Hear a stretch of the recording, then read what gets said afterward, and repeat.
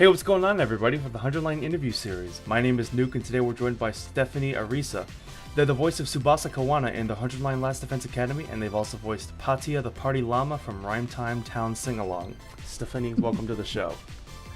Hi, thanks for having me. So I've said this with the other VAs, I try to make this show like Hot Ones. How do you think Tsubasa would handle spicy food? Not well, I don't think. I think it'd probably be one of the many things that makes her puke. Very, very, very true. So let's just jump right into it. How fun has it been voicing Tsubasa, and what can you tell me about the experience of working for a AAA title like 100 Line? It genuinely was one of my favorite jobs I've ever done. It's definitely one of my favorite voiceover jobs, if not my favorite. And also, she's one of, I think, across the board from like the screen stuff, stage stuff that I've done, she might be one of my favorite characters I've ever played. So I loved this gig. It was great. So great. Perfect. I've been trying to ask more all about our actors' origin stories, and so what do you remember about working on projects like 11 Months and Behind Closed Eyes? So those are short films or web series that I did in when I was living in New York. So that's from like over 12 years ago now. So it's really funny to talk about. Yeah, that was when I was in drama school in New York, and I'm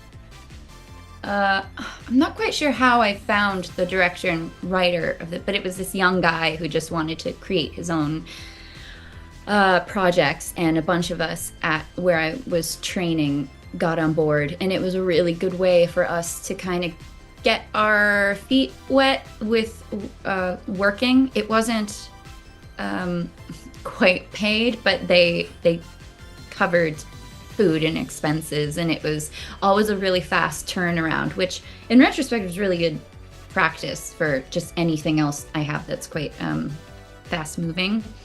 But yeah, that feels like a million years ago. I'm curious what you maybe like learned about life, maybe even learned about yourself working on a small-time gig like that. I learned how much it just kind of reinforced that I love my job, because that we were shooting on in Staten Island, and really early call times for not really doing it for money, just doing it because we're actors and we want to be doing something. And at the time, it was good to have something just for like my reel. So that just I don't know, in retrospect I'm like, yeah, okay, even back then, like baby Steph really wanted this and really loves this silly little job. Got you. So I know you got your MA in acting from the University of London. Looking back at those college years, is there a training technique or scene study approach you still lean on today? Yeah, so I got my master's at UEL here in London, but I did most of my training in the States where I'm from, and my master's was great. I'm very grateful for that course, and grateful that I got to get my master's. But I would say when I was doing the web series, I was training at William Esper Studio, which is a Meisner 2-year conservatory, and I'd say that is probably my most my tried and true thing that I go back on, that I've carried with me. Obviously not as literal as what we were doing in class, but that's the one, I guess, training that always applies to everything I do. So I'm really grateful to that training, because it really helped me on a lot of jobs. So, many fans might not realize you've dipped into the video game voice work even before the 100 Line. In fact, you're credited in Tom Clancy's The Division 2. How did working on a big action game like that compare to voicing Tsubasa in a story-driven JRPG? So, I kind of learned from that game how much I really wanted to do more video game work. I was voicing a bunch of different characters. So this is actually only for a video game, this is my first time voicing a specific character, which it's a lot, I won't say it's a lot more fun. It is fun for sure. Both are a lot of fun, but there's a lot more acting since it's so story driven, and I'm not just, doing different walla and isolation where like you're on fire now, you're running, you're hiding, and just isolated responses of that. This is with a story, and it's a lot more fun as an actor. Yeah, a lot more fun. There's just more meat there. Got you. And I know you've also been working on several theater plays as well as in voice acting. With the latter, it's usually just a solo endeavor with you in the booth maybe, and while in the theater, you're reacting in real time to scene partners. What's the difference between working on a stage play compared to in the booth that many people might not know about? Well, in my experience with the voiceover work that I've done, I usually don't get a script ahead of time, aside from just what I've auditioned with or sent out. So a lot of it's done in real time, or I'll get a few takes, or I'll, discuss with the director what they want, and then, do a few different takes. But it's a lot more planned in theater, and you get to work out a lot of things. And also you are actively working with people. So this job was closer to theater jobs that I've done before, only because Tom, who I think you interviewed, our director, he is also a voice actor. So it was really nice working with someone who's, if I wasn't working with pre-recorded lines from the other actors, I was reading with him. And it's really helpful to work with someone who's just giving as much energy as you are, and he's doing all the different voices for different characters, and so it's a lot more collaborative than what it usually is in voiceover, in my experience. Yep, I did talk to Tom Mitchells. While you were recording, what were some of the references that he used to help you nail Tsubasa's character, and which lines were your favorite to record? So I usually needed a reference of the last thing that I recorded, just so I could pitch her correctly, like vocally the pitch. And for other references, he would just give me several of the context of the scene that's happening before, and he was always very specific in his direction, which was super helpful. So if he wants something heartbroken, he'd get even more specific with like, okay, so this is heartbroken, but it's also like, it's to yourself, it's like a whisper heartbroken. So very, very specific directions and references. And my favorite thing to record, I really liked the Takumi scenes when we were working on my mechanical projects together. I thought that was really sweet, because I really didn't expect her to have much of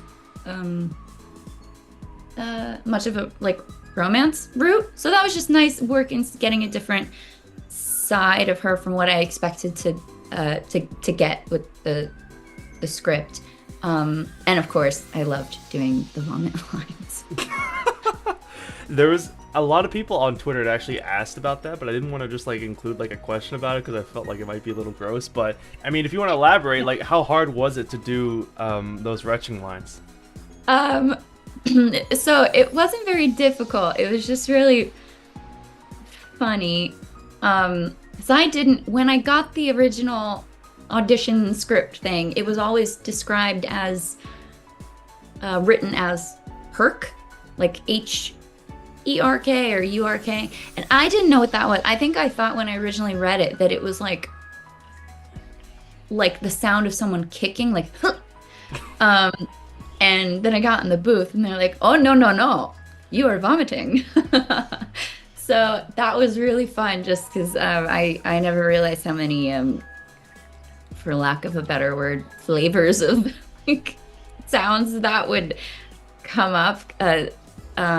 So it was really funny. And then the guys in the booth were always cracking up because just, I don't know, we're spending 2 hours and just some chick in the booth like hurling. Do you have any other funny moments from recording? A lot of it was just the vomit lines. There was and for one of the zombie roots, I think I mispronounced. I should have asked before, but I didn't. One of the zombie sounds, and I couldn't remember how it was written, so I was trying to look it up and see if I could find it. I just mispronounced something that's supposed to be a zombie sound, and it just they immediately laughed at me with what I did. They're like, no, that's okay. Good shot, but this is what we need. And then that was funny, but mainly it was the vomiting stuff that was giving us the giggles the whole time. This question comes from Fraudulent on Twitter, and they wanted to know, as one of the few characters with 2 designated romance roots, would you say you like the romance or the Killing Game romance with Takumi more? I think the one where they're tinkering with the mechanics is the romance one.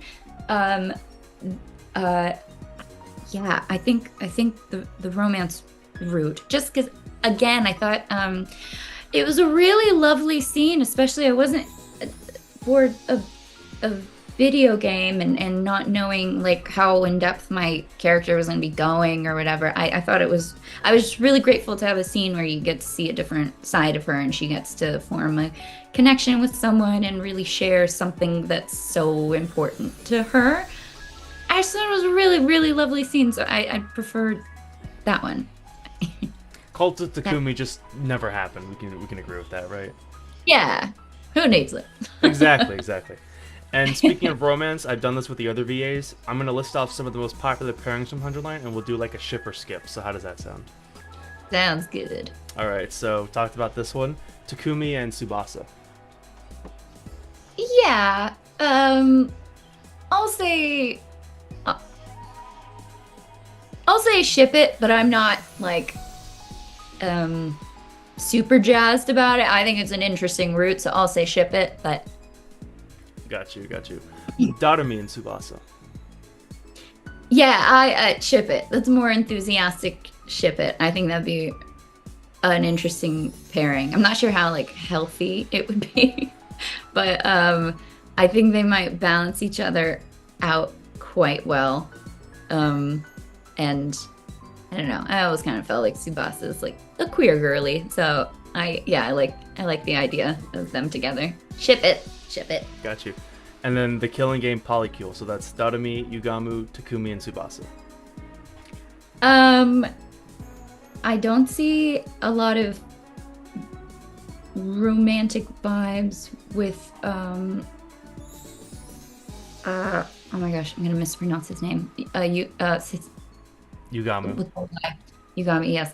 I don't see a lot of romantic vibes with him, but maybe a throuple with the other 3 would be fun.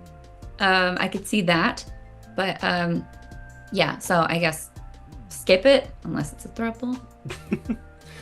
Tsubasa with her girlfriend Darumi and her boyfriend Takumi and his boyfriend Yugamu. Yeah, there's so much in there. Yeah.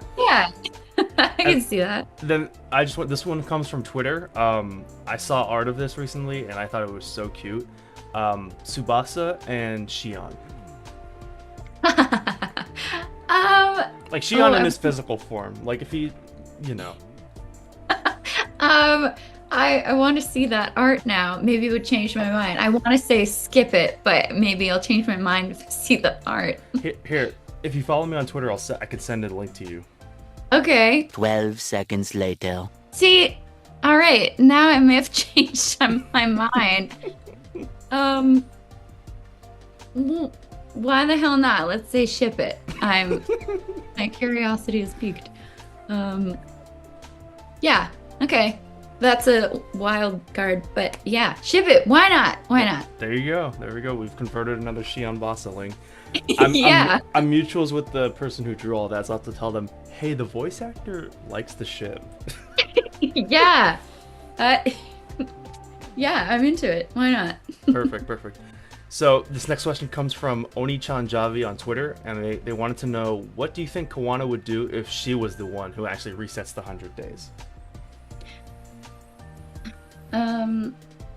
I, well, I feel like she would not want that responsibility in the first place. I think that kind of pressure would make her physically sick.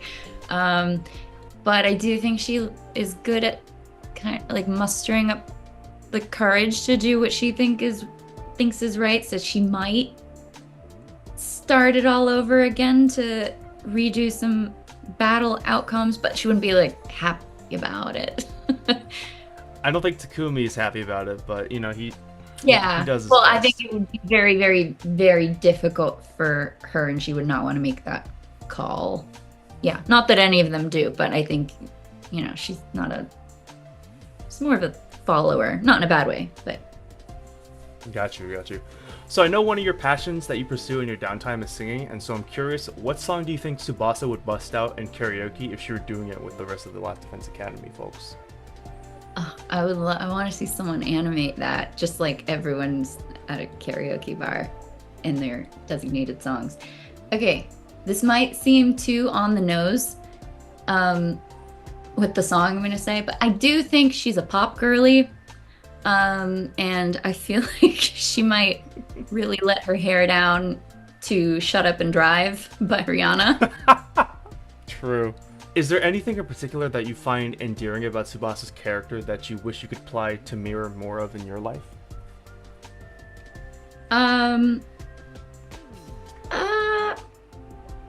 She's, yeah, I'm trying to think. She's just such a great gal. There's a lot of really good attributes. Trying to think of one that I would really like to have. She's very vulnerable and kind of doesn't even hesitate or think about being vulnerable. She just like lives as that. She's very authentic in her feelings and how she feels and what she's scared of and what she hopes for and what she misses and yearns for. So I think maybe just yeah, her ability to be vulnerable is something we could all use. I think be more comfortable with that. That'd be a good thing to mirror, I think. Absolutely. So she's a character who gets resurrected repeatedly thanks to the Revival-matic. And so what do you think she learns about maybe the meaning of morality, and how does the fragility of life change how she tinkers with her machines or maybe interact with the people around her? With mortality. Yep. Well, I think she's already quite aware of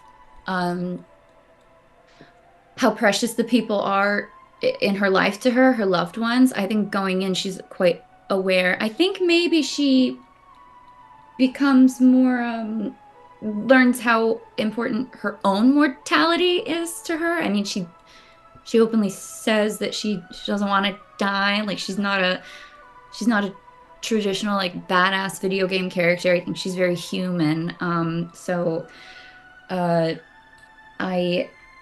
I think just the preciousness of life only like elevates with all of that. But I do think she goes in having a pretty. I don't think she really takes her loved ones for granted, but she maybe becomes a bit more aware of her own mortality and how she's not ready to go. Got you. And I'm just curious, is there a route that you particularly are fond of? So this is all from what I've read, by the way, because I have not played it, and I'm dying to. I myself am not a gamer, unfortunately, but everyone else in my life is. So I'm so desperate to sit down and watch people play, because I do tend to watch my friends play games a lot. But I've been doing a lot of reading just because my Twitter's been super active. So I learned about the polycule that way, and I was like, what the hell is this? And looked it up, all of it. So uh, I'd be curious to watch the whole romance route. Um, just to see that in action, because also just I met the actor who plays Takumi, and it's really interesting to. I would like to see like our work together on screen. I think that would be really cool to see. Um, yeah, so I guess that one in particular, the romance route. But truthfully, all of them, I just need one of my gamer friends to play so that I can watch because I'm so desperate to watch. It's totally okay that you're not a gamer. Sarah, who voices Dawn and me, I know that she is not. She is a mother of two, so she Wow. has yeah. Yeah. So please don't feel ashamed about that at all. Yeah, I'm gamer adjacent. I should have been a gamer, but I'm not. Um, yeah, but I I do genuinely want to see it. I mean, I worked pretty hard on it. I would like to see it. So, Got you. And at the rap party, like when everything was all done and you guys were, celebrating your huge accomplishment of, recording like 6 novels worth of material, how did it feel to finally be done with it and celebrate with the people who you might have grown close to in the recording booth? well, I think I did my last bit of recording in maybe November, and then our rap party was in May, I think. So I was meeting a lot of people for the first time, aside from the the people who were in the booth on the other side of it. So um, it was really cool putting uh, faces to names and seeing who I've been sometimes working off of or listening to. And uh, it was really nice to hear. Tom was reading the reviews of everything, and the way people were specifically applauding the voice acting was really cool and really nice that people appreciate that part of it. So yeah, I was very proud of that, and really cool to meet all the people involved. We met the translator of the game, and they like that. What a beast of a job.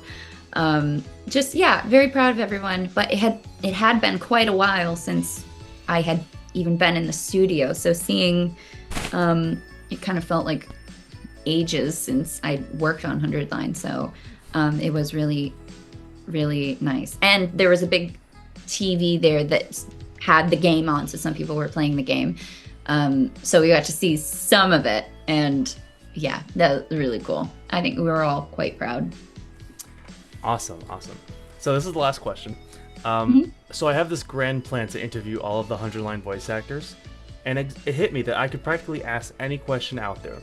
And it got me thinking about something that the Team Fortress 2 community did, which was to have all of the voice actors say their character name and then the word gaming. So I was hoping that we could get a couple renditions of Tsubasa Gaming as something for the fans. Yeah, that's cool. So just Tsubasa Gaming in her voice, yes. And I'll let you Okay. know if your mic peaks or anything like that. okay, thanks. Subasa Gaming.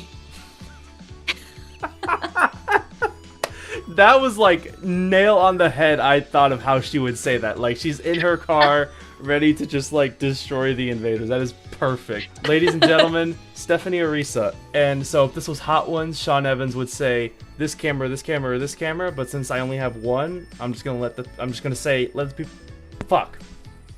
I'm just gonna say let the people know what you have going on in your life. What can you share legally? What are you working on? Where can people find you? And are you going to any cons in the future?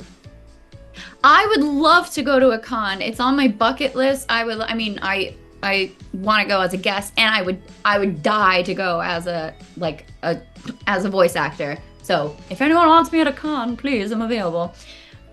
You can follow me on Instagram. I'm at Chachi Ariza.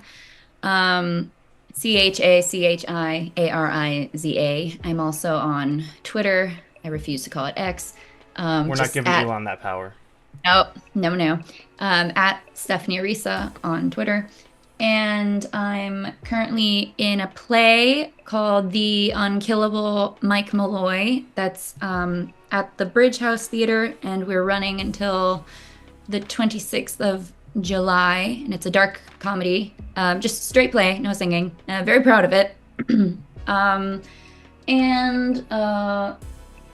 think that's it. I have a movie coming out later in December, I believe, that I'm just gonna say untitled. We'll announce later, but I'm